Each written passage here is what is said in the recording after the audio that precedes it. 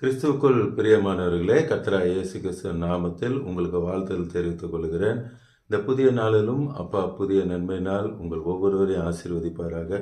உங்கள் எல்லாருக்காகவும் கடைசியில் நான் ஜெபம் பண்ணுவேன். பார்க்குற எல்லாருக்கும் இயேசப்பா அற்புதம் செய்ய போகிறாங்க. இன்றைக்கும் அப்பாவுடைய வார்த்தைக்குள்ளே நம்ம போகலாம். மார்க்கு 13ஆம் அதிகாரம் 37ஆம் வசனம். Mark chapter 13 verse 37. நான் உங்களுக்கு சொல்லுகிறதை எல்லாருக்கும் சொல்லுகிறேன். இந்த காலை நேரத்தில் அப்பா எல்லாருக்கும் சொல்கிறாங்க. என்ன சொல்கிறாங்க? விழித்திருங்கள் என்றார். அல்லேலூயா, ஸ்தோத்திரம். இந்த காலை நேரத்தில் அப்பா உங்கள் எல்லாரையும் பார்த்து சொல்கிறாங்க, விழித்திருங்கள். ஸ்தோத்திரம். எல்லாவற்றுக்கும் நம்ம விழித்திருக்கணும். ஸ்தோத்திரம். எல்லாவற்றுக்கும் ஆயத்தமாக நாம் இருக்க வேண்டும். ஸ்தோத்திரம். ஏன் நம்ம விழித்திருக்கணும் அப்படின்னு சொல்லி நம்ம பார்க்கணும் அப்படின்னா, 1 பேதுரு 5ஆம் அதிகாரம் 8ஆம் வசனம். 1 Peter chapter 5 verse 8. தெளிந்த புத்தியுள்ளவர்களாக இருங்கள், விழித்திருங்கள். சோத்திரம். இங்கே என்ன சொல்றாங்க? விழித்திருங்கள் என்று சொல்றாங்க. எதுக்கு விழித்திருக்கணுமா? ஏனெனில் உங்கள் எதிராளியாகிய பிசாசானவன், நம்மளுடைய எதிரி எந்த மனுஷன் அல்ல, சொந்தக்காரங்க அல்ல, யாருமே அல்ல. நமக்கு எதிராளி யாரு? பிசாசு. அந்த பிசாசு என்ன பண்ணுவான்? கணவர் மூலமாகவோ, மனைவி மூலமாகவோ, பிள்ளைகள் மூலமாகவோ, சொந்தக்காரங்க மூலமாகவோ, வேலை ஸ்தலத்தில் யார் மூலமாகவோ நமக்கு டெம்ப் பண்ணுவான், நம்மளுக்கு பிரச்சனையை உண்டு பண்ணுவான். சோதரம். மனுஷர்கள் நமக்கு எதிரிகளே அல்ல, இந்த பிசாசு தான் நமக்கு எதிரி. இவன் என்ன பண்ணுவானா, பிசாசானவன் கெர்ஜிக்கிற சிங்கத்தை போல எவனை விழுங்கலாமோ என்று வகை தேடி சுற்றி கொண்டு இருக்கிறான். எப்போ யாரை அழிக்கலான்னு சொல்லி அவனுடைய வேலையே என்னது? சுற்றி திரிந்து கொண்டிருக்கிறது தான் அவனுடைய வேலை. அதனால தான் இங்கே மார்க்கு 13ஆம் அதிகாரம் மார்க் 13 சாப்டர் verse 33ல சொல்கிறாங்க, விழித்திருந்து ஜெபம் பண்ணுங்கள். அவன் அட்டாக் பண்ணாமல் இருக்கணும் அப்படின்னா நாம் என்ன செய்யணும்னா, நாம் விழித்திருந்து ஜெபம் பண்ண வேண்டும். எப்பொழுதும் பைபிள் படித்து கொண்டு நாம் ஜெபம் பண்ணி கொண்டு இருக்க வேண்டும். மார்க்கு 14ஆம் அதிகாரம் 38ஆம் வசனம். Mark 14 chapter verse 38. நீங்கள் சோதனைக்குட்படாதபடிக்கு விழித்திருந்து ஜெபம் பண்ணுங்கள். சோத்திரம். இங்கேயும் ஜெபம் பண்ண சொல்றாங்க. எதுக்கு? சோதனை வராதபடி. சோதனைக்காரன் யாரு? அந்த பிசாசு. வியாதியை கொண்டு வருவான். சோத்திரம். குடும்பத்தில் பண பிரச்சனையை கொண்டு வருவான், சமாதான குறைச்சலை கொண்டு வருவான், என்னத்தையாவது கொண்டு வந்து நம்மளுடைய சமாதானத்தை கெடுக்கணும். ஏதாவது ஒரு சோதனையை கொண்டு வருவான். அந்த சோதனையை நாம் ஜெயிக்கணும்னா வேற என்ன செய்யணும் அப்படின்னா, ஜெபம் பண்ண வேண்டும், வேதத்தை வாசிக்க வேண்டும். ஆவி உற்சாகம் உள்ளதுதான், மாம்சமோ பலவீனம் உள்ளது. ஆவி உற்சாகம் உள்ளது. சோதனை. நீங்கள் தீர்மானம் பண்ணுவீங்க. ஒவ்வொரு மெசேஜ் கேட்கும்போது என்ன பண்ணுவீங்க? தீர்மானம் பண்ணுவீங்க.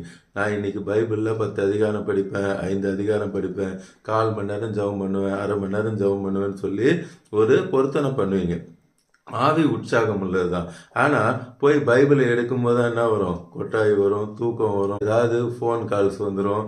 அது ஆவி உற்சாகம் உள்ளதா? மாம்சம் பலவீனம் உள்ளது. சோத்திரம். அதற்கு தான் நாம் என்ன செய்யணும்? 37ஆவது வசனம் பார்ப்போம்னால், ஏசப்பா சீமோனை பார்த்து சொல்றாங்க, சீமோனே நித்திரை பண்ணுகிறாயா? 1 மணி நேரம் நீ விழித்திருக்க கூடாதா? சோத்திரம். அப்பா சொல்ல, 1 மணி நேரமாவது விழித்திருக்க. ஒரு நாளைக்கு 24 மணி நேரம். சோத்திரம்.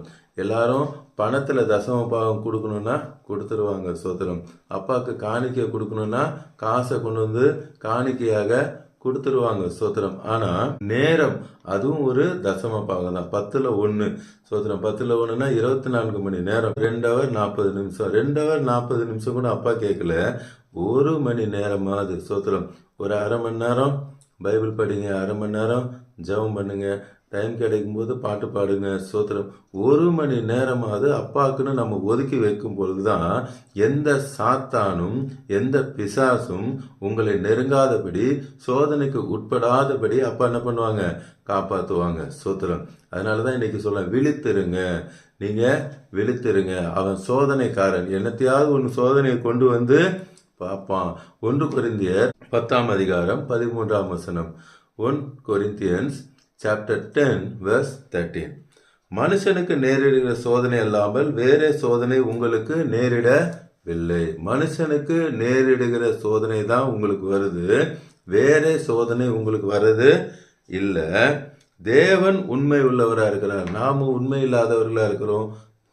பாவம் செய்திருவோம், சோத்திரம், அடிக்கடி விழுந்து விழுந்து போயிடுவோம், தீர்மானம் எடுப்போம், அந்த தீர்மானத்தில் நம்மளால் நிலைச்சிருக்க முடியாது. நாம் உண்மை இல்லாமல் இருக்கிறோம். ஆனால் அப்பா எப்படி இருக்காங்கன்னா உண்மை உள்ளவராக இருக்கிறார். அப்பா சொல்கிறாங்க, உங்கள் திராணிக்கு மேலாக நீங்கள் சோதிக்கப்படுகிறதற்கு அவர் இடம் கொடுக்க மாட்டார்.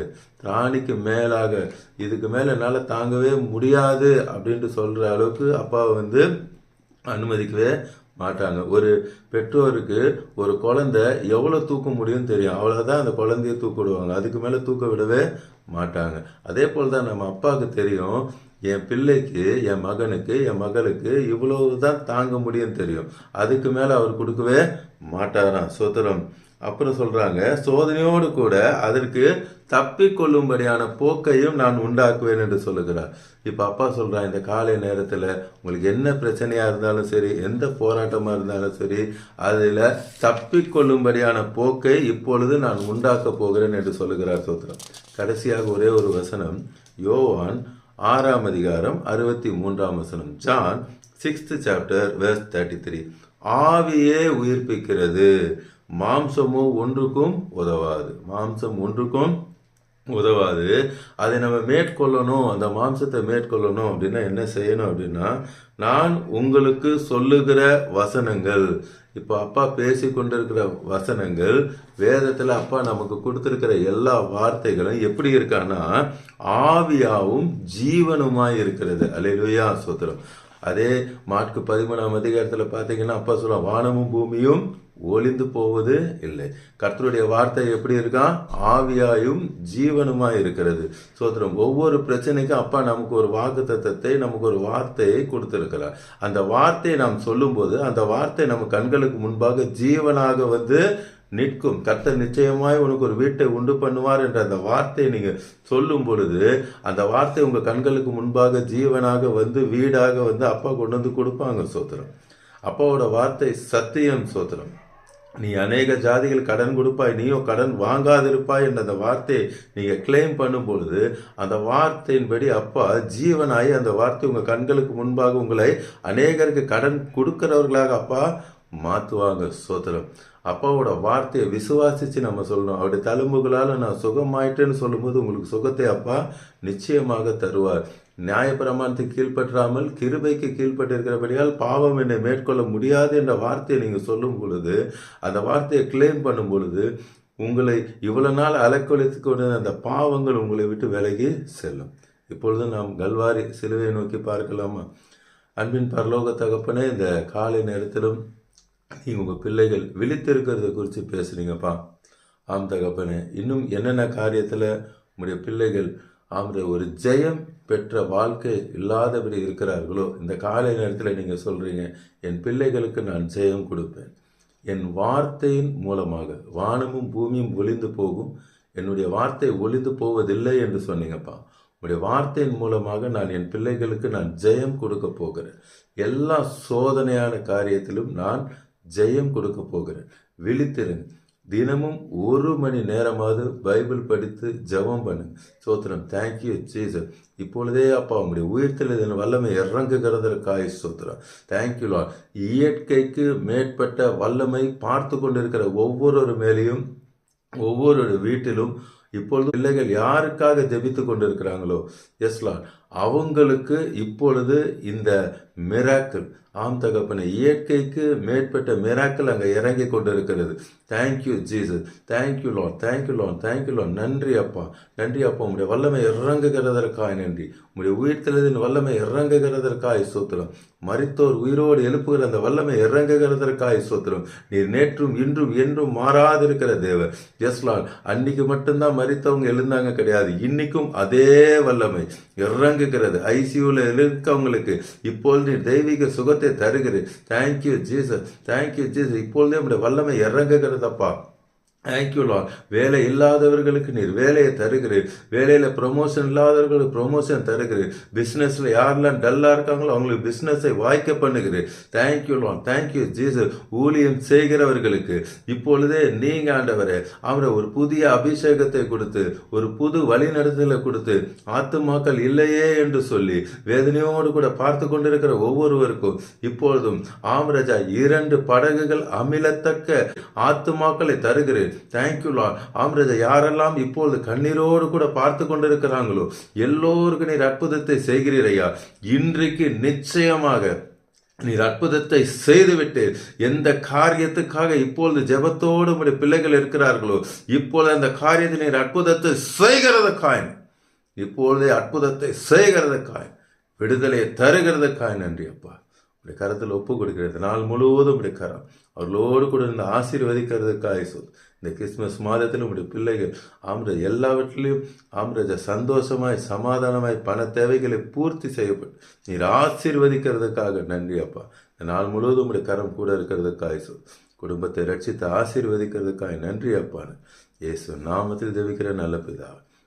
ஆமென். ஆமென். தொடர்ந்து பாருங்க, அப்பாவோட வார்த்தையை கேளுங்க, அநேகருக்கு ஷேர் பண்ணுங்க. எல்லோரும் ரட்சிக்கப்படட்டும், ஆசீர்வதிக்கப்படும்.